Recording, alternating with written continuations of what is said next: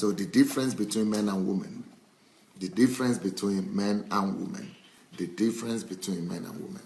So yesterday I started this, and of course, I was at the receiving end, both on the side of men and women. Some men were not very happy because of what I revealed to them about women, and they was coming at me and challenging me and trying to correct me, which is okay.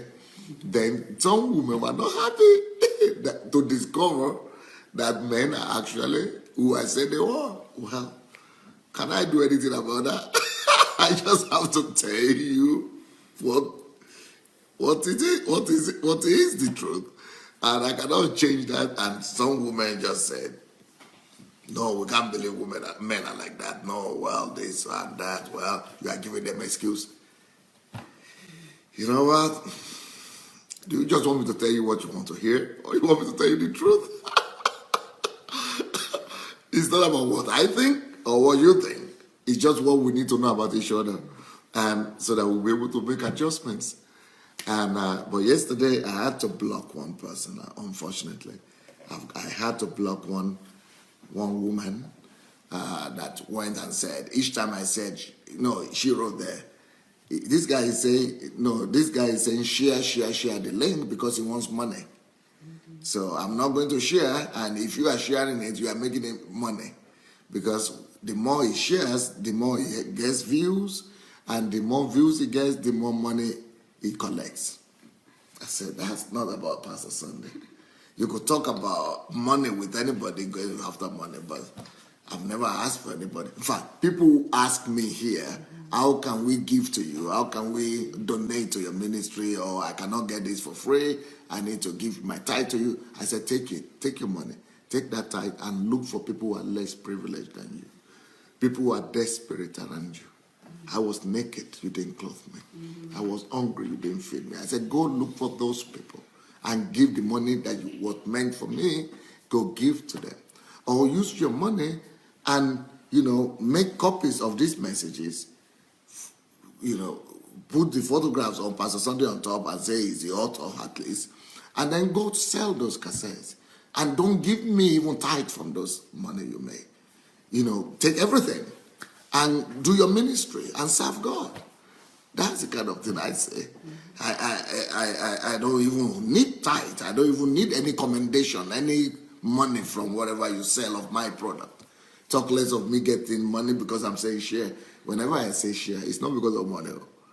Either you want it, you believe it, or you don't want it, you might not believe it. But when I say share, I'm just concerned about, getting the word to people. I thought maybe it's egocentric a little bit. I don't think so.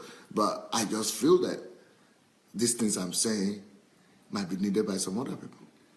I just feel that it could help some people. Maybe I'm thinking too much of myself, but it has helped.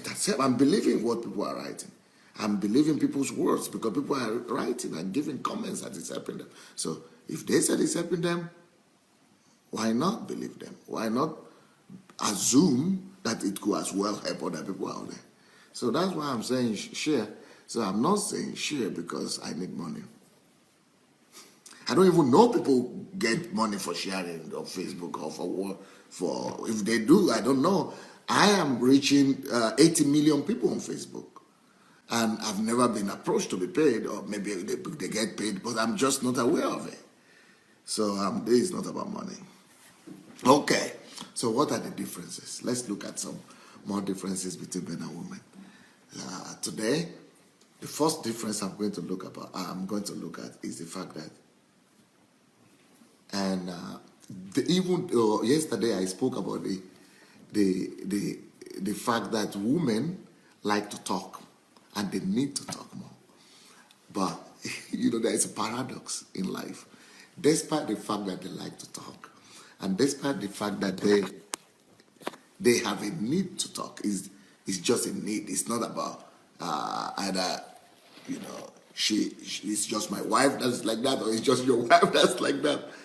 It's a general tendency, and it's not because she's emotional or she's from an unstable family or she's mother is like that, or her parents are like that. That's not because of that. It's just because that's the way women are built, and they are built up demands for that. And you would do your wife a good lesson. I mean, you will do a lot of good by, actually understanding her need to speak up, and your need and your obligation to listen to her, honor her that way. Try to listen as much as possible to her. And when she wants to hear you out, when she's asking you about your day, try to go the extra miles and give her some more detailed information about how your day has been. It's her need, and it helps her to unwind, and it also helps her to relax. And unlike us, we speak to pass information, to communicate. But women don't just speak to communicate. Women speak both to communicate, but more importantly, for them to unwind and for them to, gain trust and gain support and gain companionship. And, a lot of more things are involved when a woman is speaking than when a man is speaking. A man is just about the information. It's just telling you the fact of what has happened.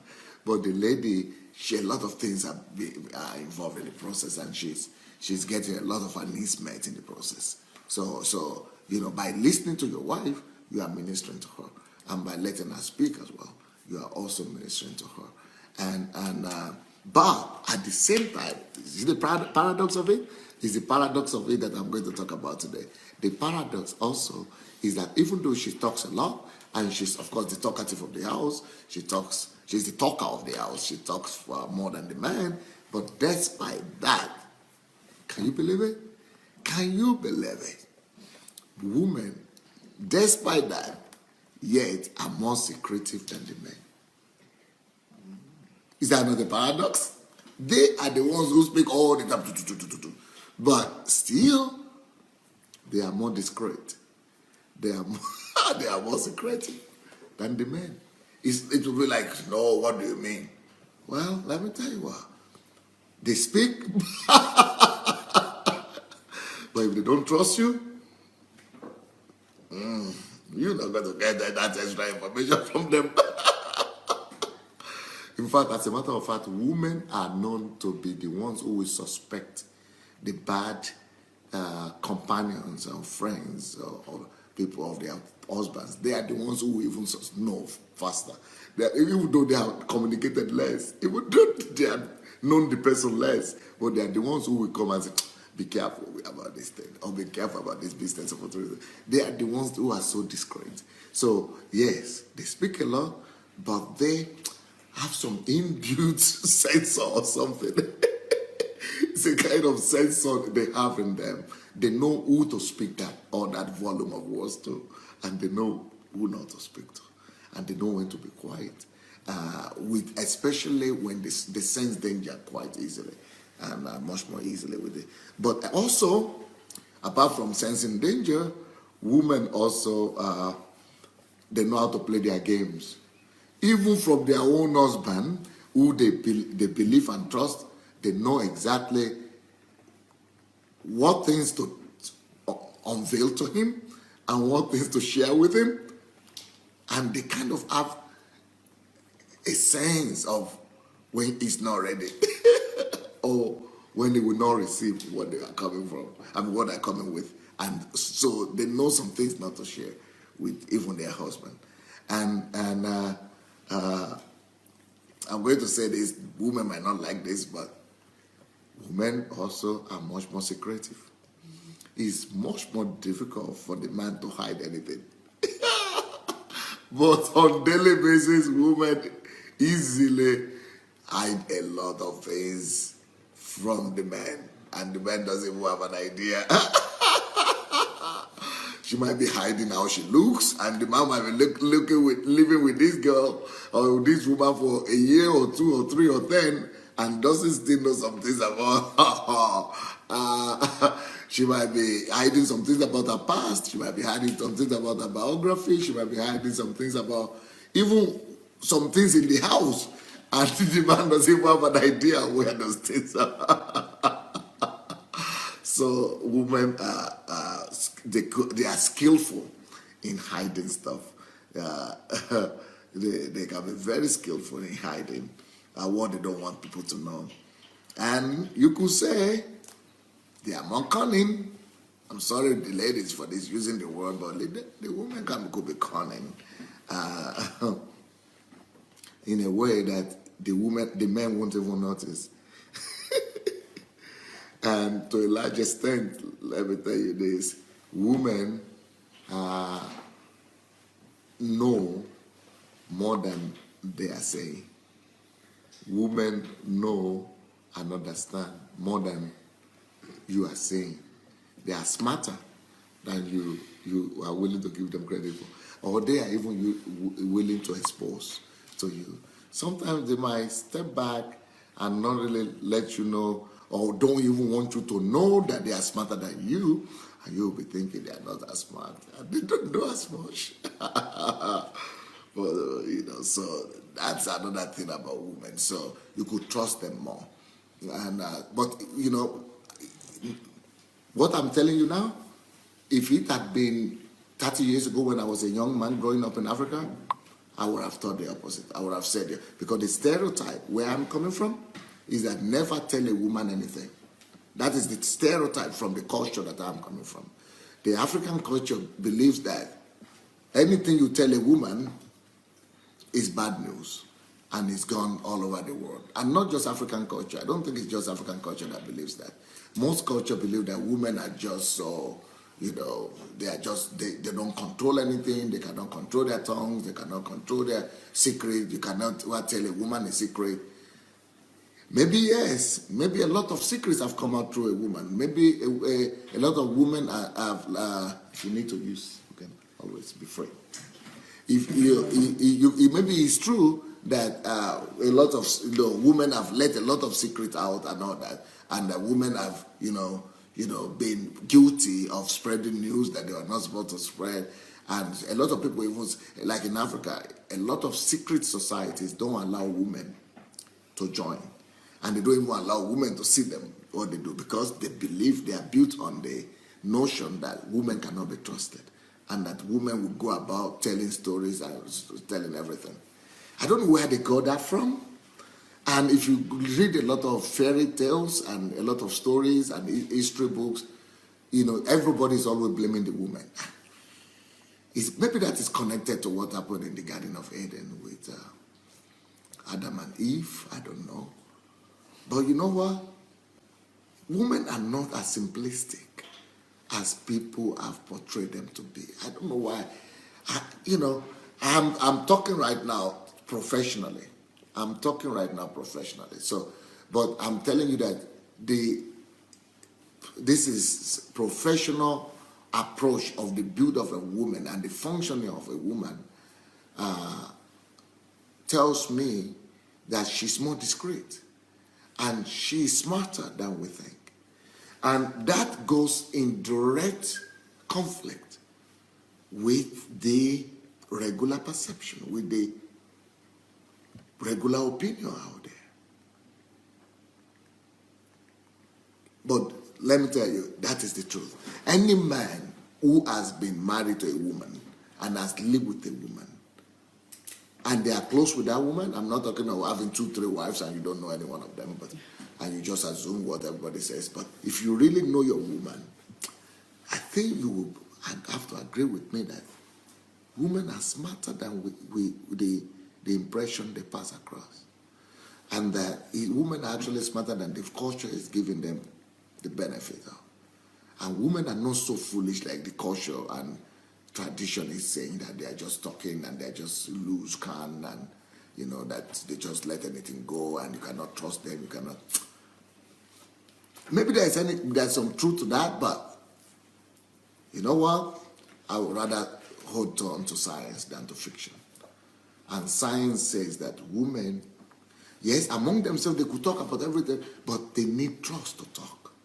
They are not just the kind of people that anybody could just walk up to and tell them on something about their family or their lives or some secret, and they begin to tell them. I think you need to touch the heart of the woman. You really need to open her up before she could, expose everything to you like that. And the nature of women betrays that notion that she just an open tap and gushes out everything. I think women are much more complex than that, and they are much more discreet than that men are giving them. I mean, than the world is giving them credit for. Okay, you know what I think? Since I'm we are at HMT season, I will reveal to you some secret now, because I have some HMT participants here, just a few of them, in this room with me. I think it might be helpful to hear their opinion about that. And maybe not everybody, but any one of you want to say. I think it might be interesting. Just let's hear what you have to say. Let's hear what you say. Yemi, you are very smart. What will you say about my point that I've just made? Okay, there were several things you said, and I was making my own notes so that I could come back to them as you were speaking. Yeah, I do. This is Davida. This is Davida, by the way. Yeah. I do identify with both sides of a woman speaking a lot and a woman not speaking. Yeah, and as you said, I guess a woman would speak a lot where there's trust. I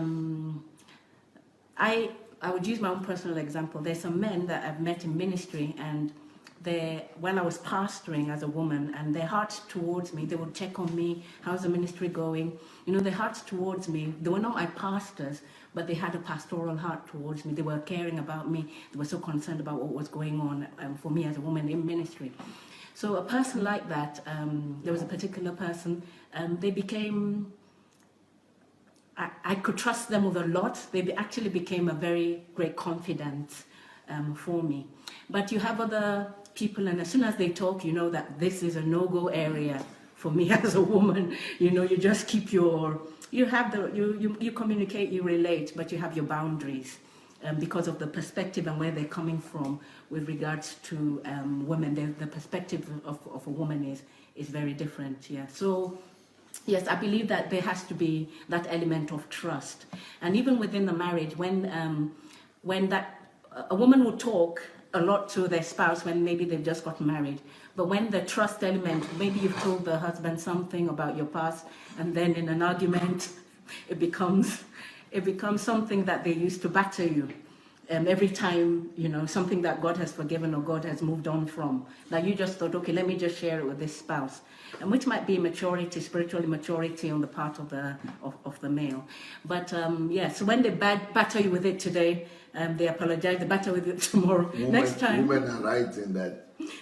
You are so spot on there, saying. Okay, thank you, ladies, for your support.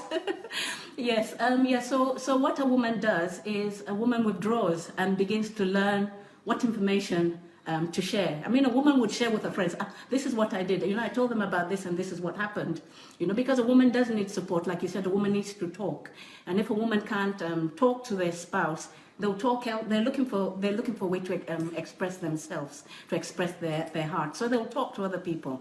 And then they begin to, I don't believe that they go into the marriage to be secretive. Most of them don't, unless they've had prior experience, depending on how they've been brought up as, they might have come from a family where there's a lot of competition with their two wives, and there's a lot of strife going on in the extended family.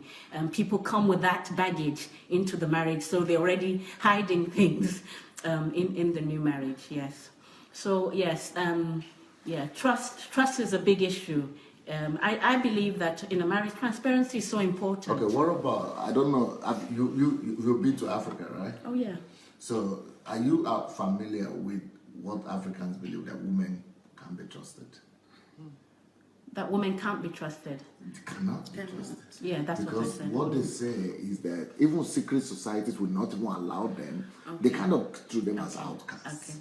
As if anything they know, that the whole world has known. Yeah, I can understand that, Okay. and I can understand that, and that might be true as well, because when it comes to, I mean, a man, like, you know, the build-up of a woman might be more emotional, like you said, you know, so a man under pressure relates different from a woman under pressure.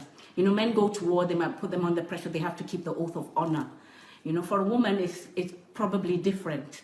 You know, so what you find is, yeah, so a man might be put under all sorts of pressure, they will still keep that honor. From what I've understood, and I think it might have to do with the roles of male and female over the generations. Women staying at home, men going to war, men facing the conflict. If any one of you would like to contribute, just raise your hand. Let me know. Okay. This is Dr. Oshu here. Ushe here. Hello, everyone. I'm just wondering if it's got something to do with the emotional, the way the both sexes are wired differently emotionally. Okay. Because, like you've discussed previously, women are more predominantly emotional. Okay, they will release themselves by maybe crying or yelling or saying things. So, and that's where a man is able to bottle up more and suffer inside. So I wonder if it is a good thing actually that women are able to release those things, that whether the things they say that people will think, oh, she's talking too much, she shouldn't be saying that, if those are things that she should be saying because she needs her freedom. And maybe women need to learn from that and also be more expressive and release ourselves from the pressures rather than die inside. Can women be trusted then? Can they be trusted? Again, I'll go back to first principles. What is trust? Because if you ask me, for example, if you come to me and you say to me, oh, I committed murder yesterday, I killed someone yesterday, but I'm trusting you not to tell anyone. Am I doing the right thing by keeping silent? Or should I actually go to the police? If I go to the police, does that mean I cannot be trusted? Yeah. Okay, let me tell you that conspiracy kind of theory. Do you know that statistics says that is it 89% of men have confessed to have been involved in extramarital affairs or masturbation or sexual kind of sin. But for women, when they're married, it's 25% who have admitted. Then general women, 40-something%, 44, 45%. Then you wonder, who are the men doing those things with?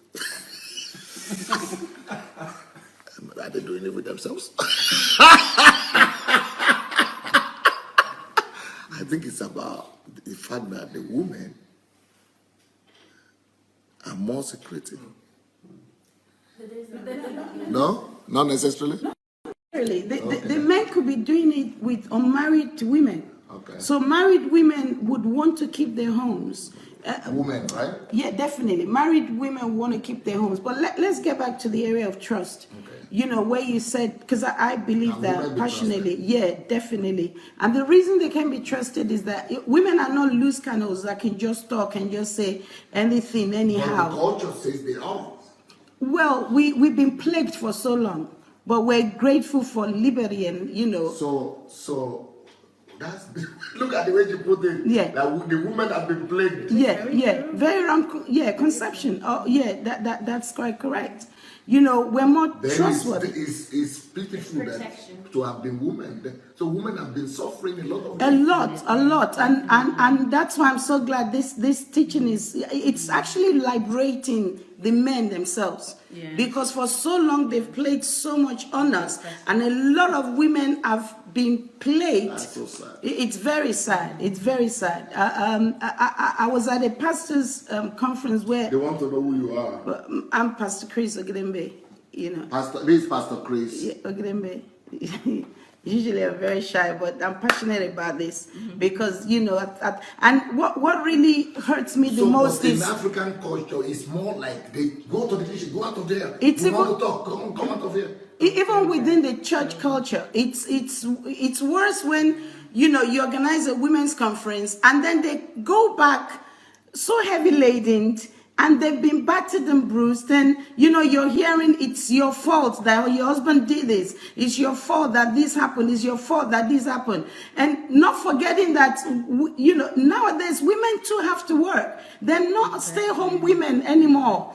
In our fathers' times or grandfathers and all that, like you said, they stayed home and kept the homes and everything, but now they have to work. And so if anything happens in the home, it's your fault. Or a good woman keeps her home, but because something happened, well, she's at work. You understand? Can't keep the home anymore. She's at anymore. And I don't want to miss this point. The reason why the women, they're more discreet and secretive is because of, we'll go back to your analysis earlier on, where we're mixed up emotionally. So if I release an information to you and you hurt me with it, it takes me a while to come out of it. As a matter of fact, the man can walk away unhurt, but the woman carries that, that's stigma. Exactly, and you're hurt all over. It takes you time. I mean, your boyfriend walks out on you 20 years ago. You're still carrying in your head. That's so that's why we're more discreet. We're very careful whom we should share information with, because you can hurt me with it, and if you're gonna hurt me with it, then sorry, I don't want to release it to you. But, we talk because exactly we want to unwind, but we're not stupid women. We know what we release. We know what we can tell you. We are selective. We can select what information to release to you. The fact that we want to unwind, we want to, chill out, doesn't mean we want to tell you everything in our heart. That's the joke. And so I'm so glad the way God has packaged us, and I'm glad I'm a woman, and I'm glad this is coming out. So you are trying to tell me that's a stereotype. What they are saying, that women cannot be trusted, chase her away from the place where they want the family meeting, don't let her be there, you don't hide from her, or don't expose things to her. That's always been what it is, right from the onset. But see what Jesus did. See what Jesus did. Men were there, and there were men that came to the tomb. When Mary came, Jesus, even the Father, Jesus hadn't gone to show himself to the Father. He had to make a detour. He had to come by to let Mary know, listen, I appreciate your love. He was basically telling the whole world, look, I'm putting a signature on womanhood here. He came by and said, even when the woman approached him to touch him, he said, it's okay, don't touch me yet, because I've not yet gone back to the Father. But I want you to know you're important. You are an important species. That's why I came by, to let you know that I am no longer in that grave. So Jesus himself, God himself, places an importance on us. I mean, look at everything that God made. Because of time, I'm not going to go into it, but let me just analyze it. Each time God, the Bible says God made something, it says, and it was good. The moment God created woman, and woman was the last creature, the moment he created woman, look at your Bible very well. It says, and it was very good. Very good. Very good. And that was the last thing that God created. So I think, the whole world should begin to look at us differently. And we've carried so much stigma, and it's time for deliverance. And if our men can get this right, then we'll have our homes settled, marriages will work, and women will be liberated. Women can be elevated to their, main positions. Even pastors' wives are told you're supposed to submit to your husband's ministry, as though you don't have your own calling. You have, God has not created you for a purpose. So if the man does not have a calling, you just follow dogmatically, and then you go into what? Into nothing. And whoever is saying that they're sharing to make money is just an ignoramus, they don't have a clue. This is, you're sharing to liberate humanity. Basically, that's what it is. Pastor Sonny could be making money. He doesn't even know he could be making money. But, now you're helping us that we're going to let him know how he can make money. Amen. But it's basically to liberate humanity so that we have a different way of women. Let me tell you, a woman out there, because there are so many women suffering. So many women have died prematurely. So many women, because they look right and left. There's nowhere you go you go here, they blame you. You go here, they blame you. Even the church blames you. You go to a women's conference, they tell you it's your fault. Then where do you turn to? So to me, this is a liberation platform. And I pray that every woman out there will be liberated. And I pray that every man out there will begin to see the women as, something special. They have a destiny. They have a destiny to fulfill and somewhere that they're going. So we just want to appreciate you for this platform. I said that God bless. They are saying they love you. They are writing the comment. They said they love you and you are spot on. A lot of ladies are commending your words. Okay, you wanted to... Yeah, I just wanted to add a little bit to that. I think it's just a lack of understanding. The culture is, when you look at the culture, there's a lot of darkness in the culture. You've done a lot of analysis of the woman, the nature of the woman, and things like that, and what you're doing here. I don't really believe that men are wanting to really be oppressive, but that's what they are told. They're told that this is their role. The church tells them that this is their role. And they've read scriptures and it's been passed down. So when they're trying to be who they are told to be, but it's not working because there's brokenness. Somebody is hurting. Even the men are hurting, the women are hurting. Society is hurting because of the blueprint is wrong. Caroline, you are a young girl. You are a young girl, just starting your own life. What's your contribution to this district? I definitely agree with what has been said about, I don't think that it's our nature to be secretive. I think that if the world were perfect, women would be very open and they'd be very trusting. I think that the society makes us secretive. Like she said, if we have experienced someone using what we shared against us, why then would we put our neck on the line, the stupidity. What about then people thinking that women are not trustworthy because they share everything? Well, it's kind of like the way that, in the States, I'll hear Nigerians say, oh, I don't want to go back to Nigeria, those people will kill you. But it's if you don't take care of your own people, of course they're not going to take care of you. It's kind of like that. It's like we are made untrustworthy by those who don't trust us. Do you know what I'm saying? It's a vicious cycle. It's which one came first, the chicken or the egg? It's not that they don't trust the ladies. They just say that the ladies, they talk a lot, and because they talk a lot, that means that they're going to reveal a lot of secrets in the wrong places. Well, we talk 20 times, 20,000 words a day. And it's because, here's the thing that I find funny, because I'm actually not a talkative woman. I'm not. Maybe I've learned that over the years, but what I realize is that I will talk to women, or I'm not even talking, but when they are talking, like you said, Pastor Sunday, we can hear more than what you're saying. Mm-hmm. And when women are talking, sometimes they're talking you to distract you from what they actually are feeling. So sometimes I'll listen to a woman talk, and instead of listening to what she's saying, I'm wondering, so what are you hiding now? Like, what are you trying to distract me from? Wow. Sometimes women, they have an insecurity with being in control, and so they'll just. So they're not an open kind of like. No, but they will sound like it because they're saying a lot of words. Wow. But the internal dialogue is really what you want to get to. But that comes like was said here with trust.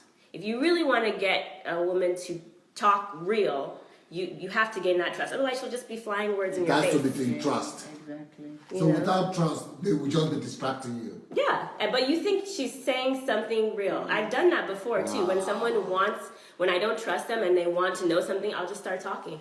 They think they're getting something.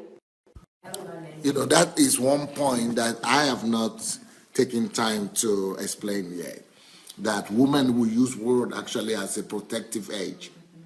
So women will use words to protect themselves even from the very thing that you wanted to get out of them. And this is very smart, very smart. But let's go back to the diagrams and the photographs of why women are like that. And I want to let the ladies, the men understand that, we shouldn't be so negative about these women, about women in the sense that they cannot be trusted and they talk a lot. But I think we should begin to believe them. These are what the ladies are saying, that they know what to say at the right time. And for them to really say the depth secret of their hearts, believe me, they need trust. They need to trust you. Otherwise, they will just be telling you what you think, what they know they are safe to say. Women are smart. They are practical. They tell you things that they know will not hurt them or their family. But for them to really open up everything to you, let's look at this photograph again. Let's look at this. Please come. Yeah. You need to help me hold it.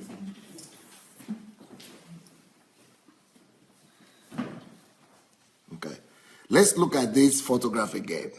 This is the way women are wired. Now, this is the man. This is the man.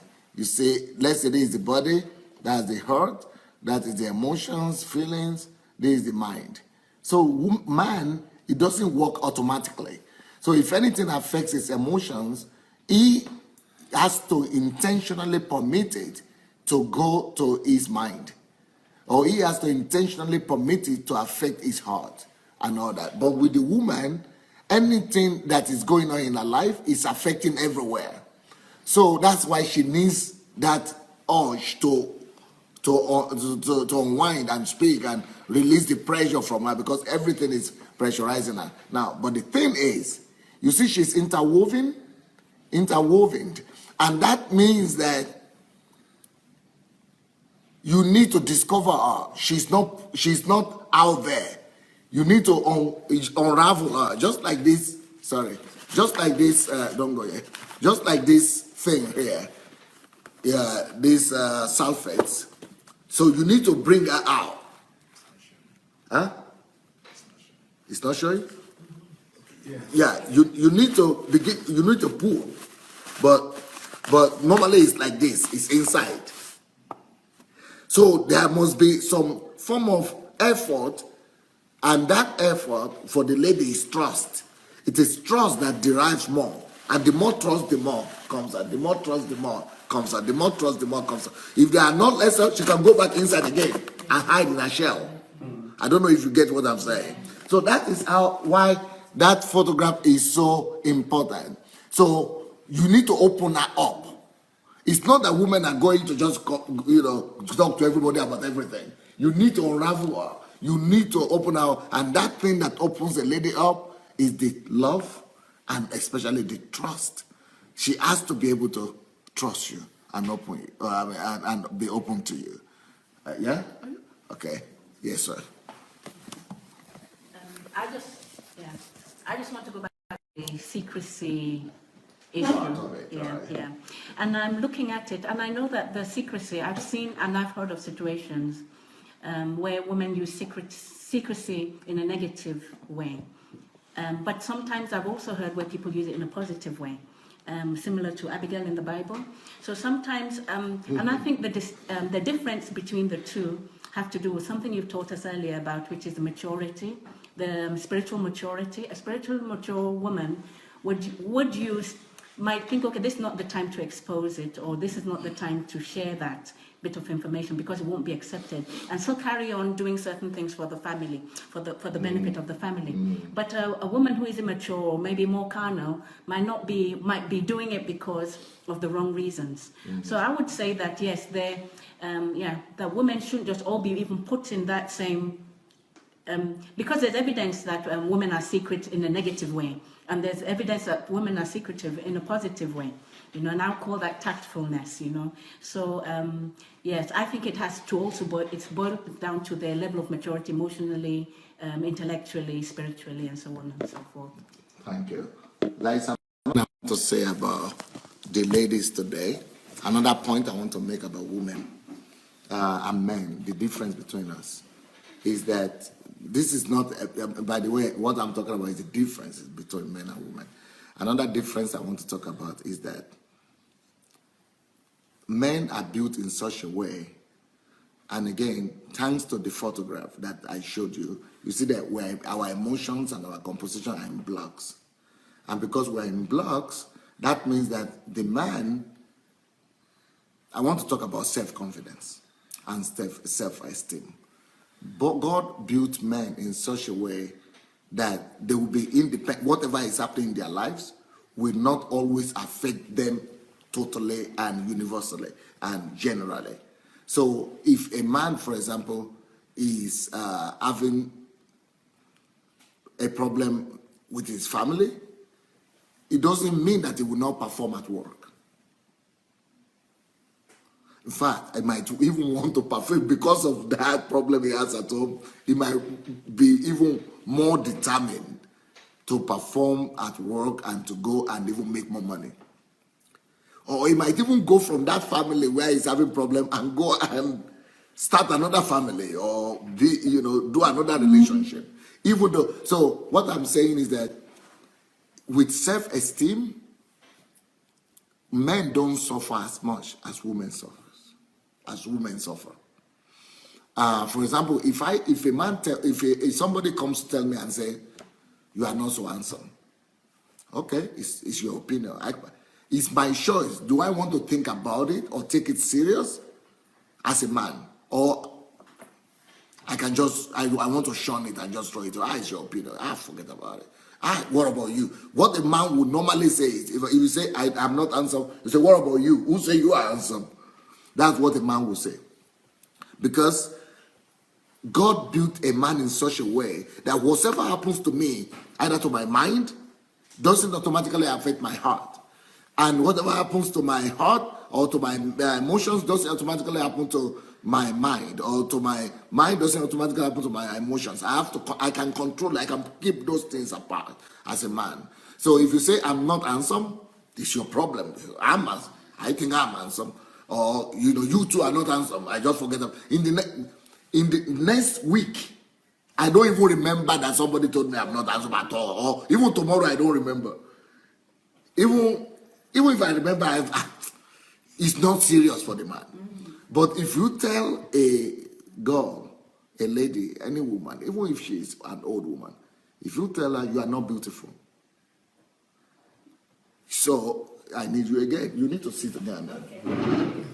If you tell the girl or the lady that, like I said,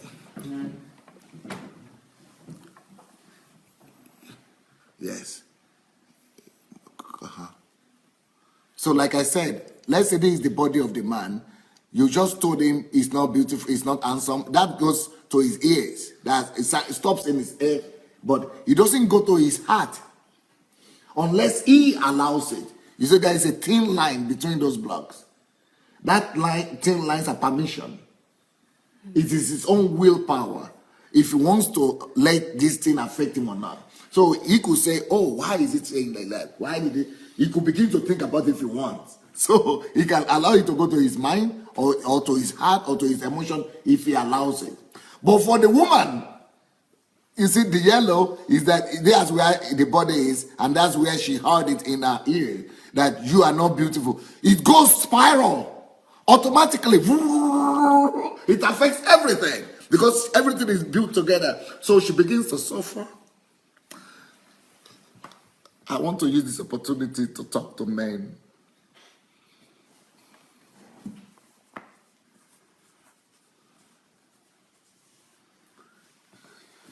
If you respect me as a man and you are here, I will stand on my knees if you want. Never you tell your wife, your daughter, or your sister,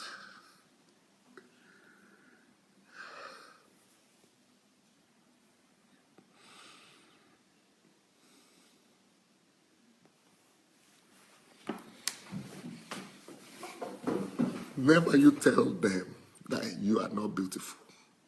Never you tell a girl even your girlfriend, that you are ugly, or you are not beautiful, or you are fat. I don't know. See what happens in that photograph.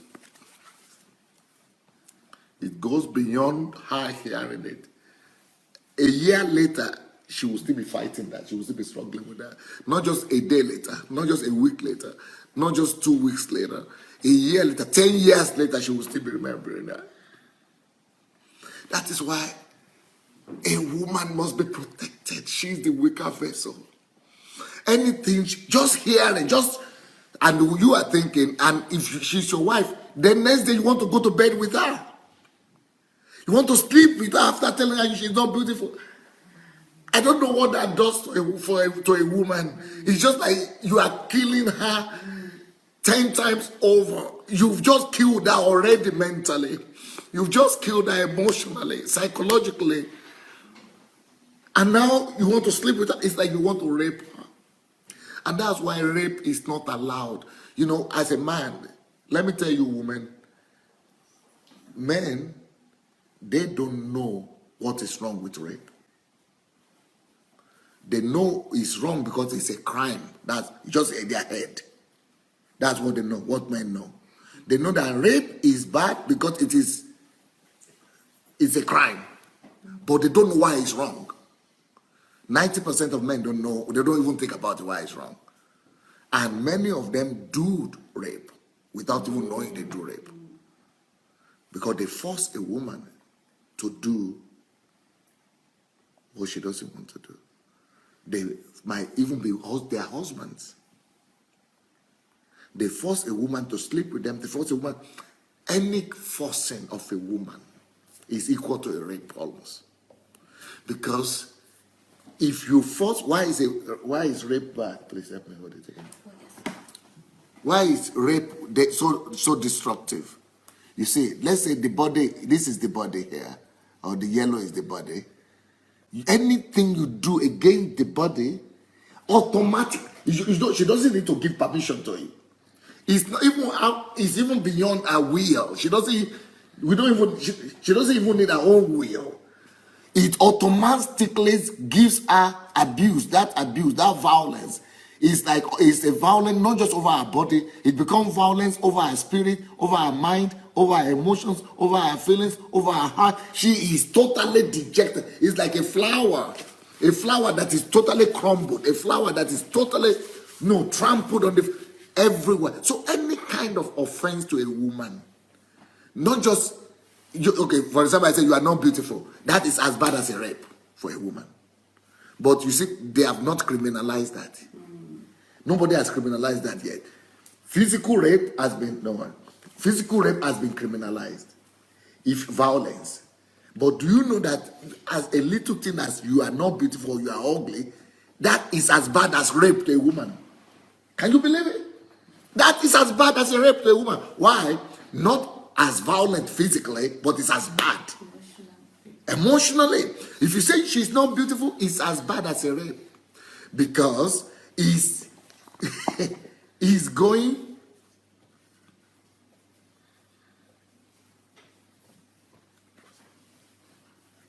see, just like physical rape goes and affects all part of our life, that is how words goes automatically as well and affects all our body. So any kind of abuse, any kind of insult, any kind of demeaning of a woman, any kind of insult, any kind of abuse, what are the synonyms? What people abuse, insult? What are the things? Anything that crushes her, anything. Yeah, anything that violence, any form of violence, oppression, even spitefulness, any kind of spitefulness, any kind of thing.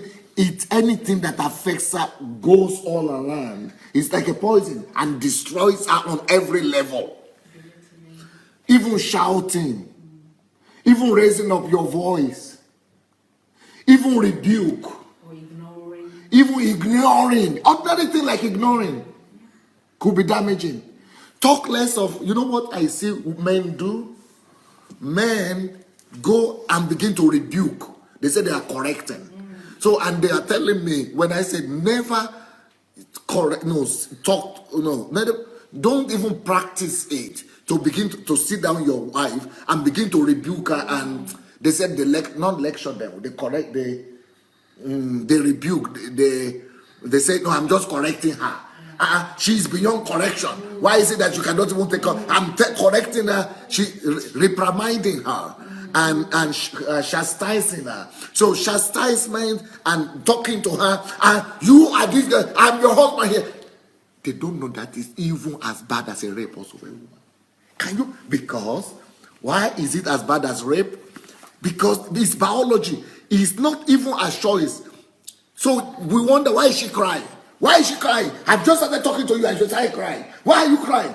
Because you see, even that kind of reprimanding, even that kind of abuse, even that kind of correcting, what you call correction, is as damaging as any rape or any danger or anything. It all goes viral in our body.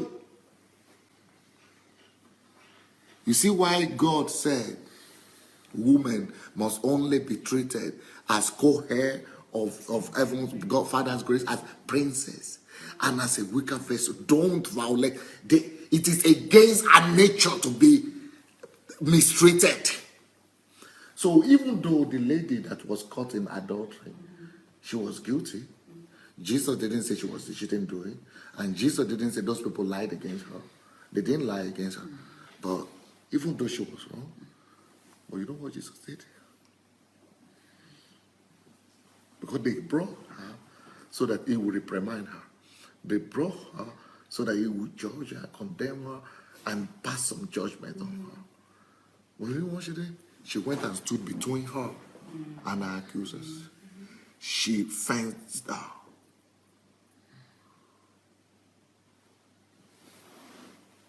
She knows he knew the nature. He gave protection.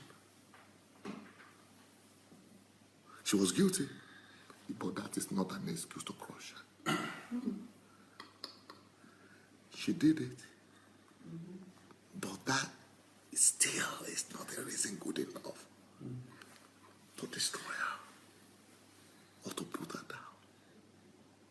Okay, when the other lady brought the oil, the alabaster oil, and the men, some men started talking, and they were starting to rebuke her. He stood again and defended her. He knows something that we still don't know very well. Yeah, he knows the nature and the composition of it. Before you talk, let me show you another photograph that will show you just how strongly women feel about anything that happens to them, and how self-esteem is a big thing for a woman, and it's not a big thing for a man. See, with self-esteem, men are okay. See, show the photograph, but make it so that you can do. Can you see the photograph? The man is ugly and looking terrible. He's just nothing. He's thin, but look at what he's seeing in the photo, in the mirror. Look what he's seeing in the mirror. Look what he's seeing in the mirror. He is a cool guy. Man is always having respect for himself. He's always having an exaggerated self-opinion about himself. He doesn't feel he's bad. He's okay. But look at the woman now. Look at the woman. She is slim, trim, okay. But she is already damaged, having doubts and lack of confidence. That's why a woman needs compliments all the time. Men are fond of saying that. But why? Why are you always asking, do you love me? No, do I love you? Why are you always asking me to tell you something? Don't you know that? Why? If I didn't know you would have married you. Why should keep it. Why should I be telling you that you love, I love you all the time? Why should I be telling you you are beautiful all the time? But what's wrong? But I married you now. She needs that reassurance. You know why she needs the assurance? You remember the circle, all the things. She has so many things going on at the same time in her life. So, because everything that is happening around her is affecting her self-esteem, it's affecting her. You see, anything that is going on around is all affecting her on daily basis, on regular basis. So she's struggling with so many other things. And if she's not having support from somewhere, if she's not having reassurance from somewhere, she's on her own in a wide world, evil world. And things that we don't even feel, things that don't even affect us men, things that we don't even notice, is affecting her negatively automatically, even without her even knowing. She might not even know what is affecting her. If it is the weather that changes, affecting her. If it is rain that fell, is affecting her. If it is sun that came, is affecting her. And because it's going, and it's not just affecting her body, it's going all viral all over her body. But apart from all this external things that happen at work is affecting her. Things that happen to her friends is affecting her. Things that happen to her family is affecting her. Things that happen in her mood is affecting her. How she slept is affecting her. But apart from all that, there are a lot of other processes in a woman. The hormones are always in the movement. The hormones are always changing position. The hormones are always, playing some roles. Some things that are happening inside her that we don't even see, that she doesn't even know herself, are affecting her. Can you now see? No, it's okay. Can you now see how much support these ladies need from us? Can you now begin to imagine how much help they need from us at all times just to make them steady? We should be holding them in our hands. Yes. What I teach my members is this: you should be treating a woman like this. Try to give this to me. Give me. Try to give me so that it shows. I should be okay. This is a woman. This is a woman. I must be careful. This is a woman. This is with how much care I must treat every woman at all times. Like a 2-year-old kid, baby girl, that is going through a cliff or, going towards a cliff or a hole, she's about to fall or something. And a father is there, strong father, who run after her and say, oh, no, come. You grow after her. That's how a lady should be pampered. She'll always be looked out for all the time. Because of a lot of processes that are going on inside of her that we don't even know. We don't even have an idea of. You wanted to say something? Oh, no? You still want to say? Okay. Just in regard of what you regarding the woman that was caught in the very act in the book of John chapter 8. Yes. So, because of what you said, that's why I just want to pass this across. You see, there's this man of God that was preaching. He said he used to preach it in his church, that those men that went to catch the woman in the very act. So he was saying, how do they get there? Meaning they should be having the keys to the house of the woman, because you cannot just go and catch somebody that, maybe, like the woman, I believe she wasn't caught outside. It was in the very act. So how did you know it? Meaning you are a kind of a participant. You always go to this woman. Yeah, but that's not the topic we are discussing now. No. The topic we are discussing now is about what is happening to her. I only use that example just to see how Jesus stood for her and protected her emotions, and because her nature, because he was aware of the fragility and the delicate nature of the woman. Which I understand your point, but I would have made the same point too. But I want to emphasize this particular instance, that the integrity of the woman, anything could affect her. Anybody else want to say anything about it? Yes, please. I know it's easy to think that, okay, it's only married men who should be concerned, because they are the ones who wives at home. But I think every man, this is a lesson that every man should learn. Even young men who are yet to, if you are, I mean, if you're not yet married, you're very privileged to be listening to this, because you have some lessons that you can now begin to apply from the very beginning. And a lady doesn't have to be your wife or your sister for you to protect her. We should see ourselves as representatives of God. Wherever we see a lady, we take responsibility for her and not speak against her. And even if we see something happening to her, we'll be the ones that will form that wall or that shield around her. It is what Jesus does, and he did. And he's still doing. I didn't see anywhere in the Bible where Jesus or God put down the woman. Okay, then the question I have for you, Pastor Chris, is, how do you women know that? I just want to say this to the defense of the men. That you women, because just let me tell you this. To the defense of the men. To the defense of the men, I want to say this. Maybe it's not to the defense of the men, I don't even know. But I just want to let you know that this thing I just mentioned today, for example, even about self-esteem,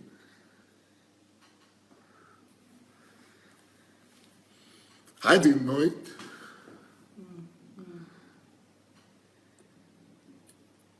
And to a large part of my life when I was in Africa, I was always playing supremacy. I was always trying to break the girls, stop them, from competing with me or prove to them that I was better.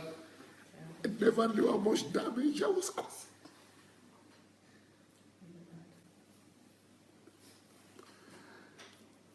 What I'm about to say is, what I'm trying to say is, Pastor Chris,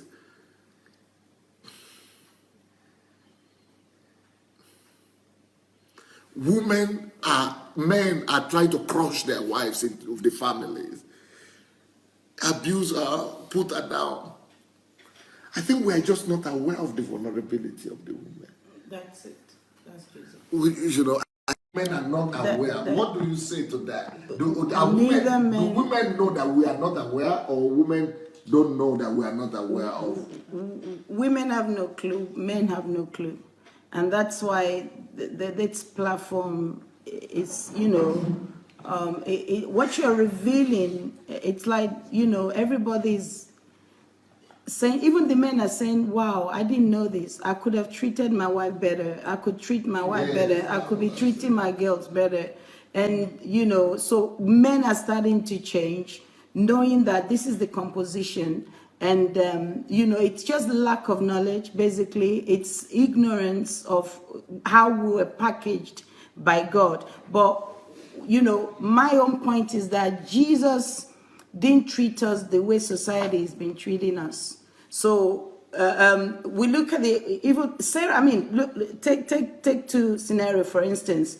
God goes to an angel goes to Sarah, says, by this time next year you're going to have a child. The lady laughs, and as if to say, all right, yeah, for real. I'm how old, and I'm going to have a child, and she gets away with it. But then comes Zechariah.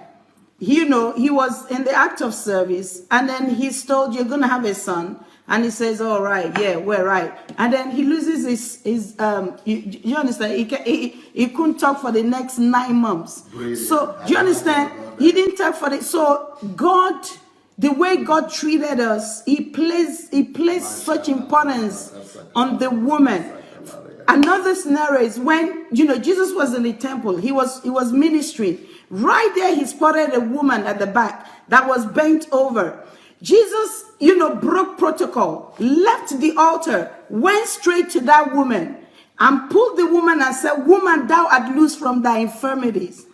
We're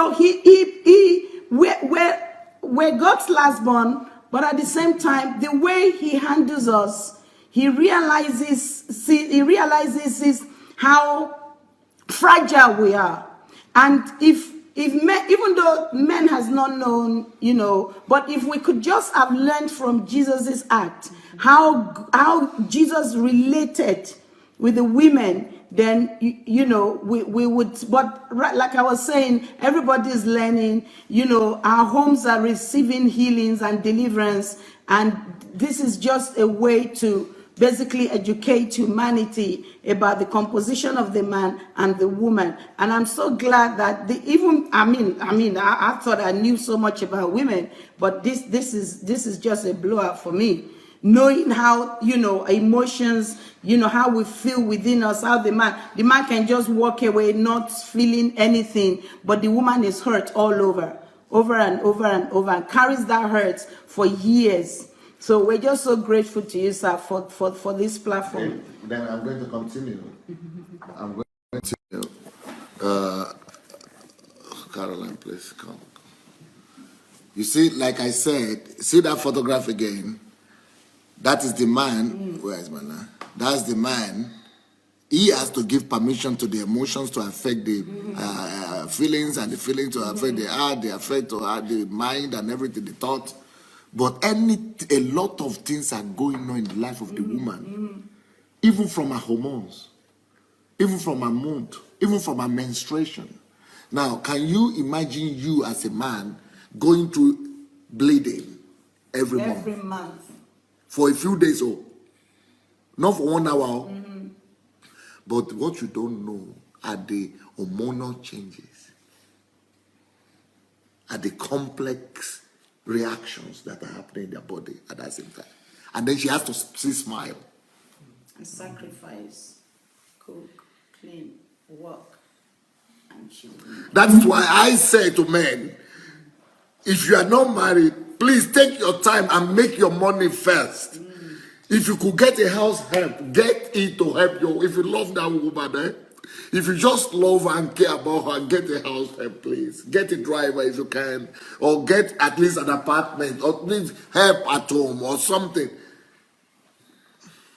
Anyway, let me show you another thing here. See, this is how life is for women. And I think I must show you this photograph. Every day, woman wakes up. Oh dear. This is a natural reality. You see the man? It's true. Very true. You see the man? He sees one problem or two, and he's already, I have this problem at home. What are the problems of the man? Work? That's all. And maybe emotions, or maybe his relatives. Two problems that the men are always thinking about at one time. Work. Oh, I have this challenge at work. That's all. Men don't have any challenge. And apart from work that we think about, maybe family pressure, that's it. We don't have any other problem again. No man thinks about more than two problems at a time. Work and maybe family or so. Nothing more. But for women, they don't even know it. They don't even know what these things are. They are just there. Just wakes up. Yeah, I agree. She has automatic obstacles in her mind, in her emotions. Why? Because all things are wired together. So any little thing that happens anywhere is affecting. So her life is full of obstacles from morning till night. Let me show you another thing here. Let me show you another thing. Even when she wakes up in the morning at home, when she has a good home, a secure home, she just wakes up in the morning. Look at this photograph here. This is the man, no?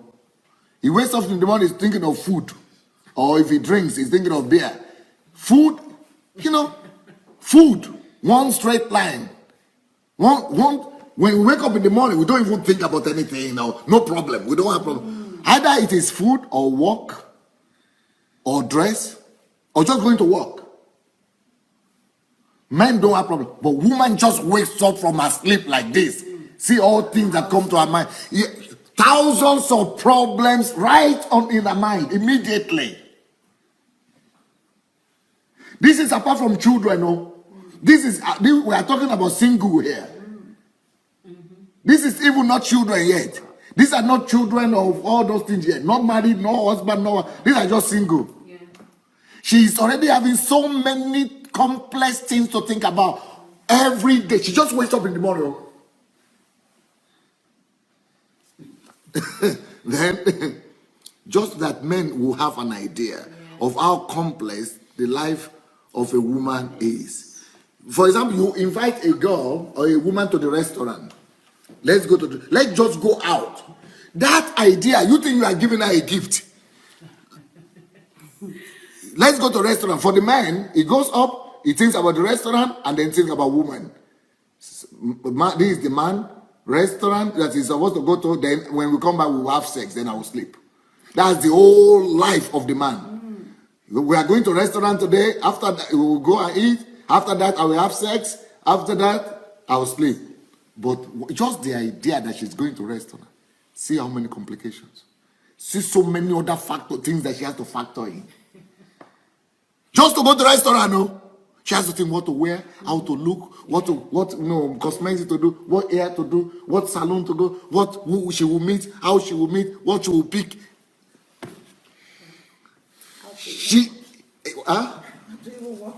How to even walk into that restaurant. Because everything is connected to this. Intertwined.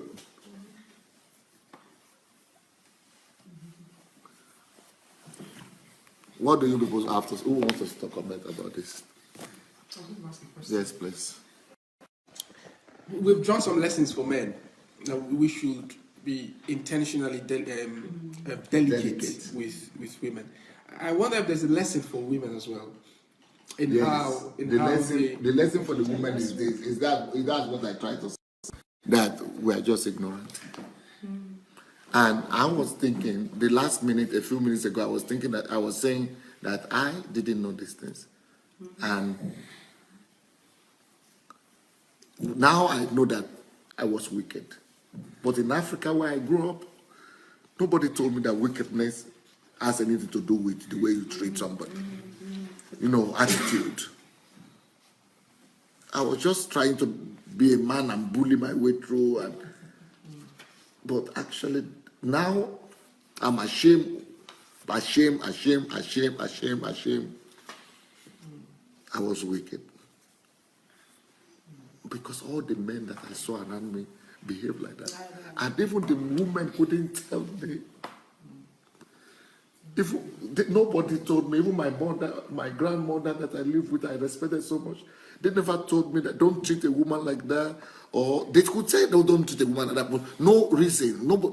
People are not giving me the proof or the reason why. I discovered these things myself. Those diagrams I'm showing you, I drew them up myself. Wow. Yes. That particular one that is going on, because I needed to pass the message across. I discovered these things. And I said, my God, why is it that the whole world doesn't know it? So if there's any lesson for the men that the ladies could teach the men, is that please help us to know. We are just ignorant. We are just blind. We just don't know you are hurt so much. Okay, for example, I have training that I do for men in my house here. I bring together 100 men, 200 men, 300 men, 50 men. And do you know, when I begin to talk about this, one of the most pertinent questions that come out to me from the men is that, Pastor, you want to say that their life is more complicated than ours? You mean they have more difficulties? Because men have built themselves a myth that we are the ones who struggle, that we have to go to work, we have to find money, we have to bring money out, we have to, we think that is problem. We think that the only problem, let me tell you what the men think about it, that the only problem women have is how to look beautiful. They are just thinking of cosmetics. That's the only thing. They don't even have any problem at all. And that cosmetics is out of lack of what to do.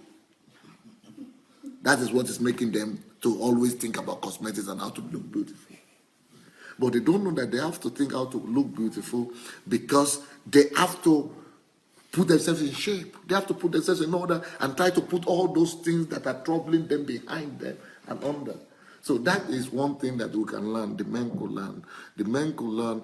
Women could help men to know what we don't know. Because even when a girl comes and tells a man this thing, you know what the man thinks?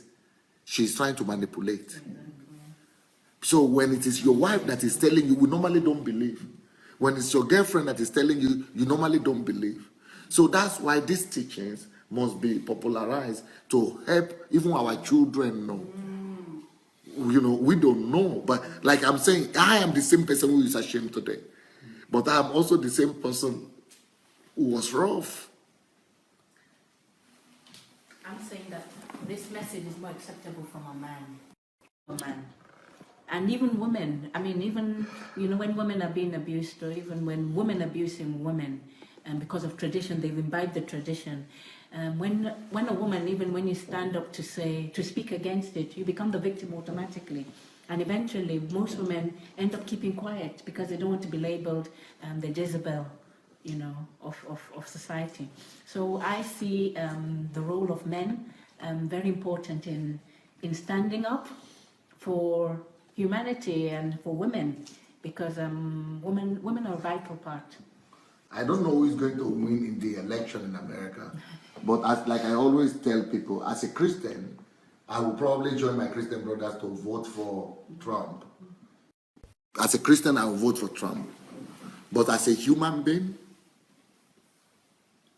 as a thinking man, I will vote for Hillary. And one of the reasons that I will vote for Hillary is because of the way I watched all the debates. We were still, even this man was using bully tactics against a woman. You don't, from what I know today, and you know what Christians were doing, pastors were going on the internet. Oh yeah, she's going to jail. Ah yeah, bully her.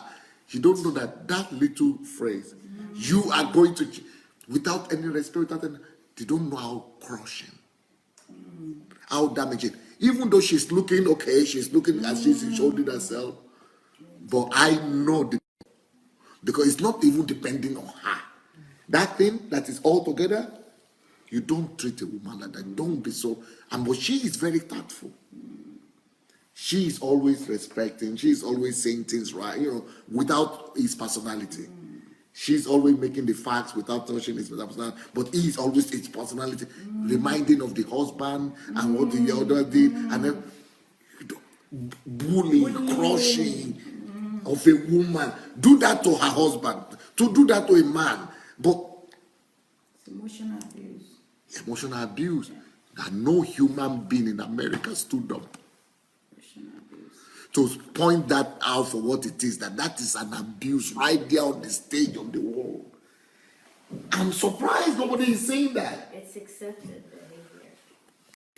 Sorry? That is accepted behavior. No one's going to stand up to it because in their minds, well, Hillary should know, you know, she should become the man in this situation, basically. In everybody else's man, Hillary should become a man in this situation. What do you mean acceptable? What is acceptable behavior? It's acceptable behavior for a man to behave that way. To be bullying a woman in an arena that's considered headed by men. Do you know what I'm saying? It's a men's territory. Yeah. So it's like saying this is a man's world. Yeah, it feels up to. So they feel like, okay, she's a woman in the man's territory, so she should behave like a man. She shouldn't be hurt like that. She shouldn't, you know.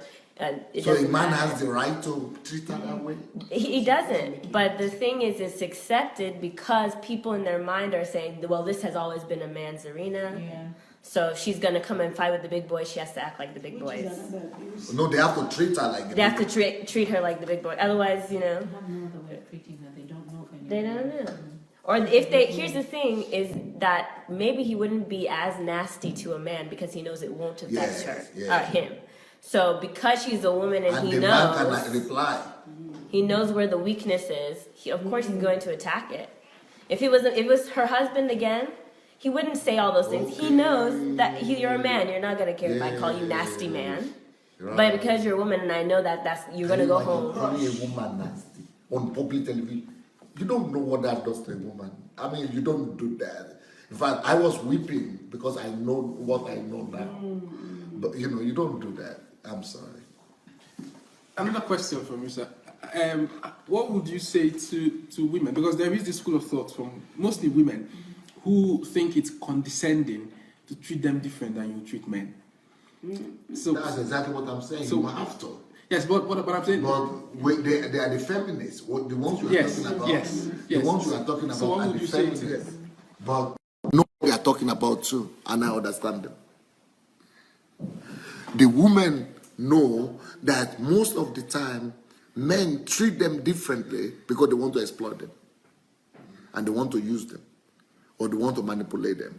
So they say, rather than you treat me different or something, treat me anyhow, but I will know at least that I have an equal footing. I don't know what you are, you know. So they are saying that instead of me instead of you to be putting me in a place whereby as if you are doing me favor, and normally when men do favor to a woman, they want something in return. That is just our society the way it is. We are supposed to, like you said, don't just treat your wife nicely. Treat every woman nicely, which is the right thing to do as a kingdom person. That's a kingdom perspective. But in the world, even in church sometimes, when I do nice things to you, then I come back. I mean, there is a woman that told me this story that the husband left and she had miscarriage. And the husband just walked out. Then the pastor or the other man that was trying to help her was helping her quite all right. A woman just had a week ago miscarriage. Then the next thing, oh, I gave you my car, I gave you 15,000 naira or something. Now I want to sleep with you. Miscarriage. Then the husband just left. So the woman would rather say, please just treat me anyhow you want to treat me. But don't take advantage of me. Don't say because you have been good to me or you have been kind to me or you treat me, you know, that I'm weaker, so then I have to do you any favor because you are doing me any favor. What do you return for my favor? So those women is the defense mechanism. Those women, it's not because they don't need it though. It's not because they don't have the need. It's not because they don't. They are built the same. Women are built the same. But they are afraid of who to trust. Is again the problem of trust. That's what we started with. The women don't trust easily. They want you to prove to them, first of all, that you could be trusted before they could open. I don't know what the ladies will say about that. No, I agree. I definitely agree. I think that a lot of the problems that women face is trust issues. It's just, you know, even a woman who, like, a lot of men will say, okay, this woman is cold, she's heartless, I don't know what's wrong with her, she's icy, they'll call her all these names. And it's just a defense mechanism of years of being abused with being who she is. And so then she will just cut herself off. And I would say that I even have some of those traits. Maybe I even have adopted some male responses to things to protect myself from acting like a woman, because I know that if I act like a woman in this situation, I'll be abused for it, or I'll be ignored, which is even worse. Or even if I'm talking to a woman, I know I'm not going to cry or I'm not going to show my emotion, because I know you will just look at me and ridicule me for it. And say I'm weak. And say I'm weak, or say, oh, you're just looking for attention, or, you know. And I've had, even from a kid, even in elementary school, if you say this boy was harassing you and you go and tell, you know, one of your women teachers, she'll say, oh, well, you're just looking for attention. Why are you next to him? It's your fault. So after a while... So these old women are going through? After a while, you get to the point where you're just like, okay, it's just me. It's just me and myself, so I'm going to build my own... Are you really serious? Right. So you become your own man in certain senses. So women are forced to hide even the suffering they're going through, just so that people will not accuse them, turn around and accuse them. It's not. I mean, here's the thing. Even if I continue to go back and forth, if you're just going to accuse me and not solve my problem, I'll solve my own problem. Do you know what I'm saying? If I go to you and I'm just getting accused, okay, fine, maybe I'm at fault, but still the problem is here. So what I'm going to do is defend myself. What I'm going to do is build my own wall, be secretive or whatever I need to do in order to be, like I said, kind of become your own man in certain senses, because there's not a protection, there's not even a sisterhood. I think even our sisterhoods have been broken down by this kind of mentality that, you know, women can't be who they are in certain situations, and if they are who they are, well, we expected that, and we can't trust them, and it's just like she said, you go here, you're blamed. You go there, you're blamed. So after a while, you become your own wall. And that's why rape, a lot of men who rape get away with it because the women that are raped can't open up. You open up, you're told it's a lie, you made it up. And so she'd rather just sort of like keep it to herself and suffer and just cry. And then that's why it's many years after they've been raped, they come out.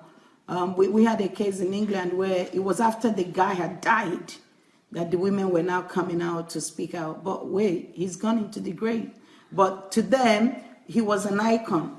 If I should tell this, they're not going to believe me. If I should go to the police, oh, this is a guy that's well-known, philanthropies, doing this and that. This is exactly my story. They are right. Yeah, they can. In African culture, it's even worse. You have the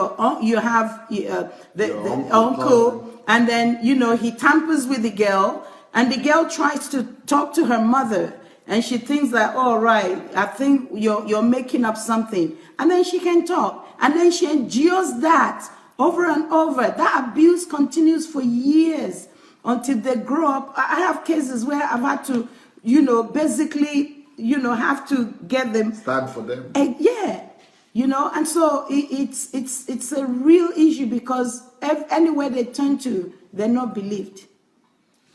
My. There's a sister here writing. Fumi Onifade, yes. She is saying, in the Middle East here, women are not to be seen or heard. Can't eat in a restaurant without the husband. So what about if she's not married? So she's second class. Can't drive. Must walk behind, etc. Thank God for a freedom in the body of Christ that we have, and that we are discussing these things to bring freedom to people. So these questions actually are there. Only nobody is raising them. Only nobody. It's even worse in Asian countries.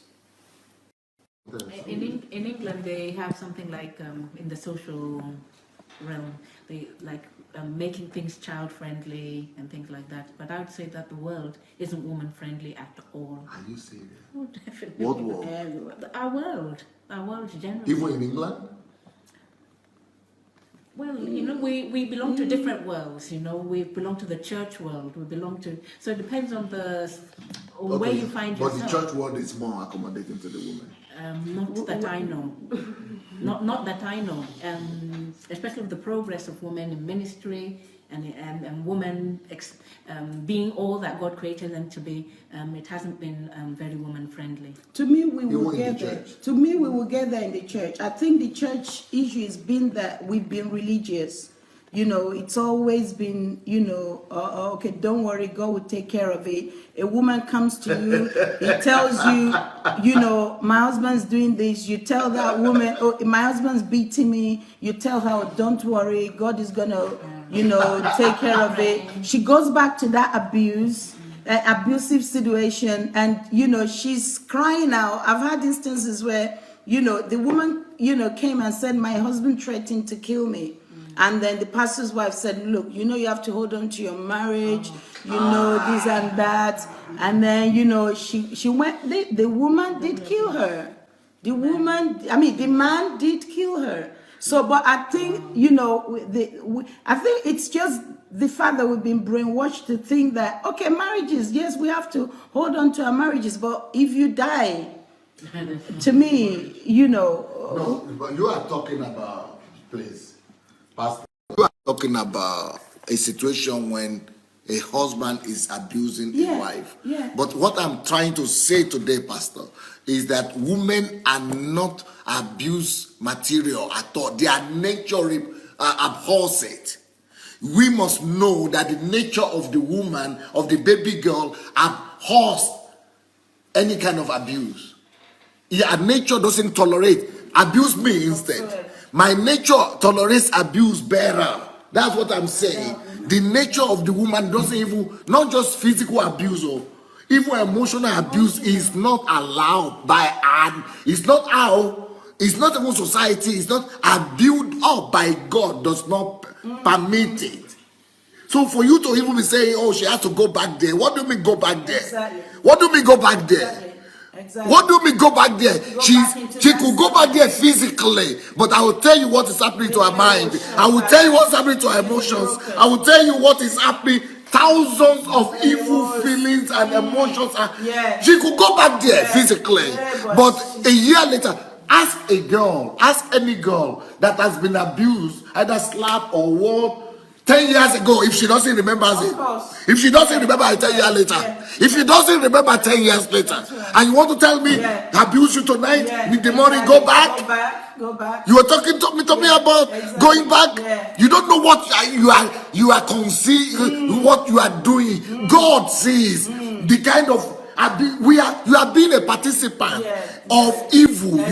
You are being a collaborator of evil. You are killing actually a human being that way, because you don't even know how many emotions are going at the same time. How much you are killing that woman there. Yes, she might still be in that house. Yes, you might force her to go back there, but you are killing her, and she is dying every single day. That's why we have so much cancer with the woman, because she has to conceal it inside herself, and those emotions are not being released. She's not being on wire, because our nature abhors those things. And when you are forcing her to keep up with it, to hold up to it, those things will grow into something else. They will grow into growth. They will grow into lumps. They will grow into pain. They will go into cancer, heart attack. That's why they die more of cancer than anybody else, because they are forced to hold in them things that were supposed to be released long time ago. Look at this. Look at this. This is computer analysis. This is the man under here. This is the kind of life men live. Straight line. Straight line. Maybe issues, 1, 2, 3 issues. But woman, one question, any one question you raise with the woman, look. These are movements, so in her. At the same time, processes. So talk less of whether it is evil or bad or negative. So you think you have convinced her. So all those talks we do to tell her, endure, be patient, and persevere. See what you are doing to her. All these things are happening anyway. She might be silent by closing her mouth, but you are killing every cell of her body. See how many things a woman has to deal with every day. Any question, this is just the question here. Any single question that is raised is causing all this commotion in her body. And the man is just like straight. You just think about it or you take decision. Yes, sir. Thank God for this wonderful teaching.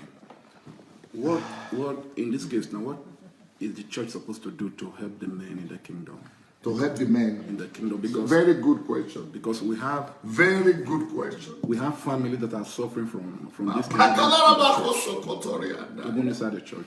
So what is the church should start to be real. We need to start to be real and stop being religious and face reality. We need to face reality. And there's this thing where the individual becomes an outcast, because she takes a stand, moves out of the abusive, relationship, and all of a sudden, she's divorced, she's a single mother, she's now, there's now a stereotype.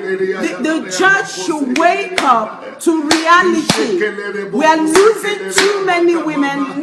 Too many women are dying of cancer and leaving children motherless. And the church needs to wake up and face reality. Some men are even writing. Some men together, we are crying, we are weeping, we can't believe it.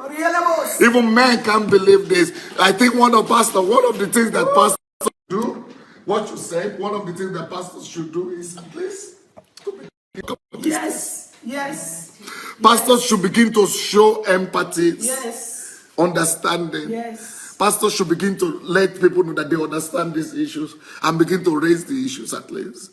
Pastors should begin to talk at least about these things. And it's pastors that even pulpit against this very terrible. set of people. Oh, you can't hold your home. It's because you are this. Some of them don't even feel comfortable in church. Some of them don't feel, but the earlier the pastors start to really address it, the better. Because trust me, the issue of cancer you brought up, it's a reality. And all of a sudden you find a 30-something-year-old is, and then before you know it, 2-3 months, they're gone. Sorry. And even during preaching, pastors are very quick to open up to Ephesians chapter 5. Submit. That you have to submit. That word submission, it's like, that is like lordship. And they don't read the previous verse. They don't read the verse after. Submit one to another. They don't see that. It's about the woman. Yeah, highly oppressive. So how do lordship. women see that verse? Very When men, especially men, are posting it all the time. It's very oppressive. Very, very oppressive.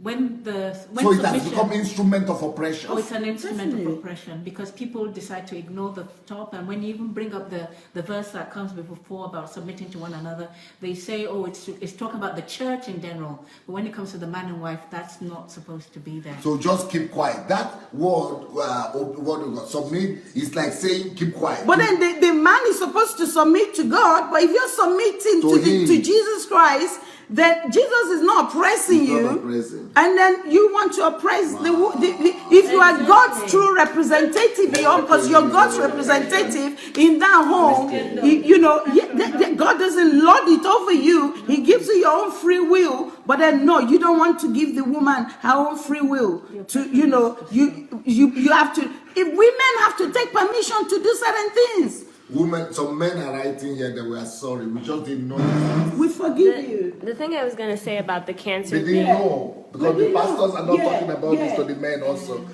And when the women who are talking are their wives, and they don't believe that their wives are talking the truth, they think the wives just want to manipulate. But now that you are all talking about this, they are saying we are sorry because we didn't know that this is the nature that you are actually telling the truth.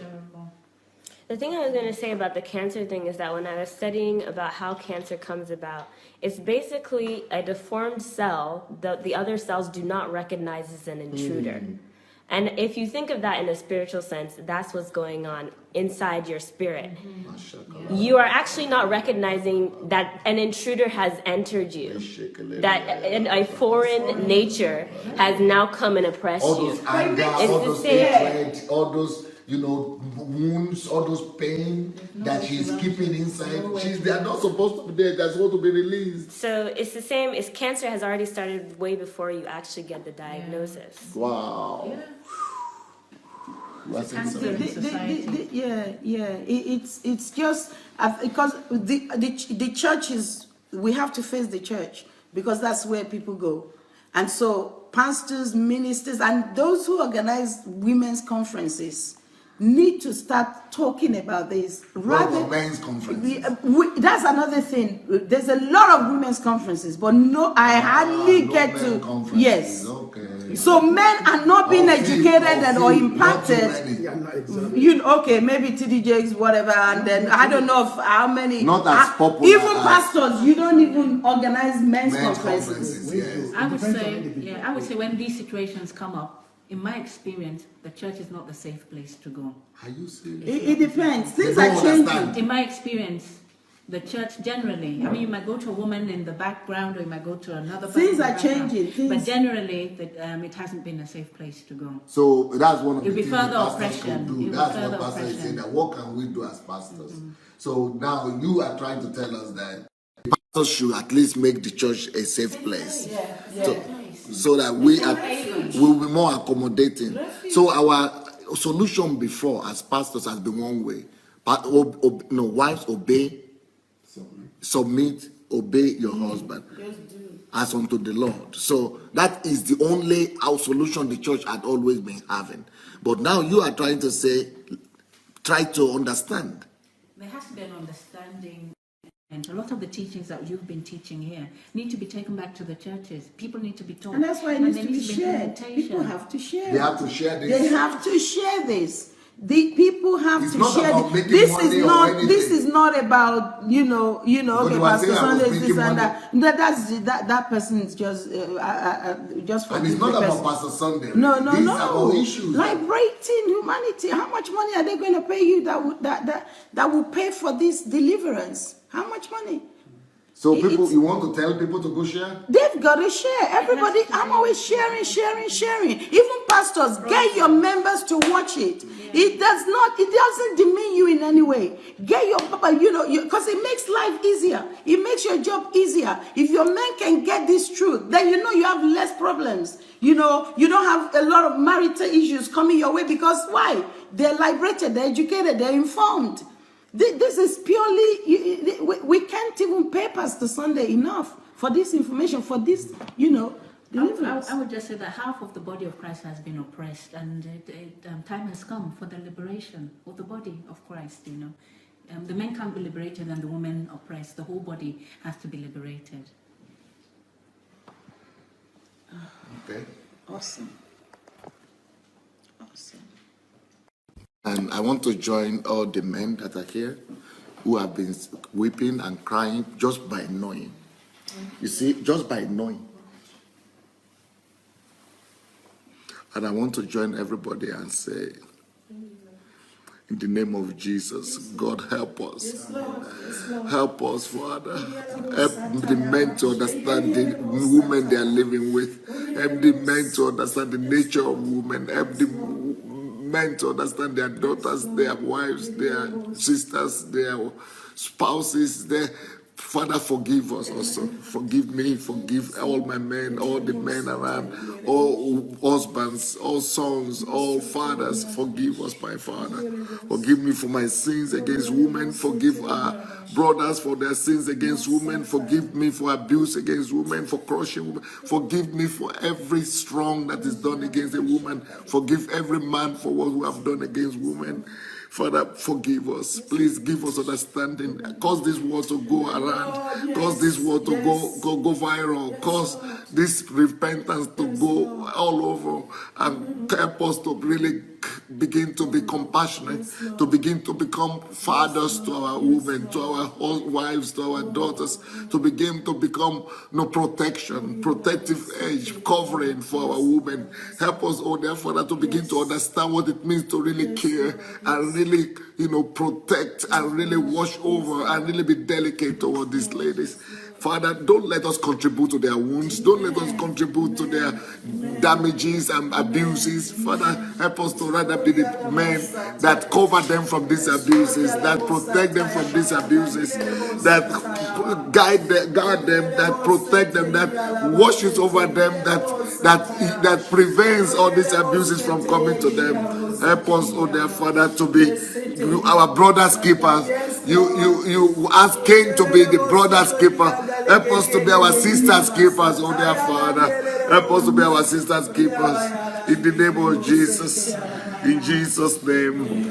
And I, as a pastor and as a leader in the church, in the body of Christ, I want to repent on behalf of the pastors, on behalf of the men. I want to repent and ask for forgiveness. I'm standing on my knees right now before all the women that are out there for all the offense and the abuse and the mistreatment and the rough attitudes and the bad attitudes and the lack of protection, that we didn't give the protection that's needed. Father, I forgive your church, forgive your pastors, that we have made even the church to be like the men's world. Forgive us, oh dear Father, that we have not given the protection, the covering that is needed. Father, forgive us, oh Lord. The women, we are also asking you to forgive us. Forgive the men, forgive husbands, forgive wives, our brothers, forgive the pastors, forgive the men that have been bullying you, that have been abusing you, raping you, just doing all kind of evil. Father, forgive us, the women, our sisters, brothers, please forgive us. Forgive us, oh Lord. In Jesus' name. I'm sorry, we need to go to HMT now. We need to go to the class. But sorry, guys. Anybody want to say anything? No. Okay. Thank you so much. So thank you. Please go and share the messages. Let's go share these messages and let it spread the word. God bless you guys.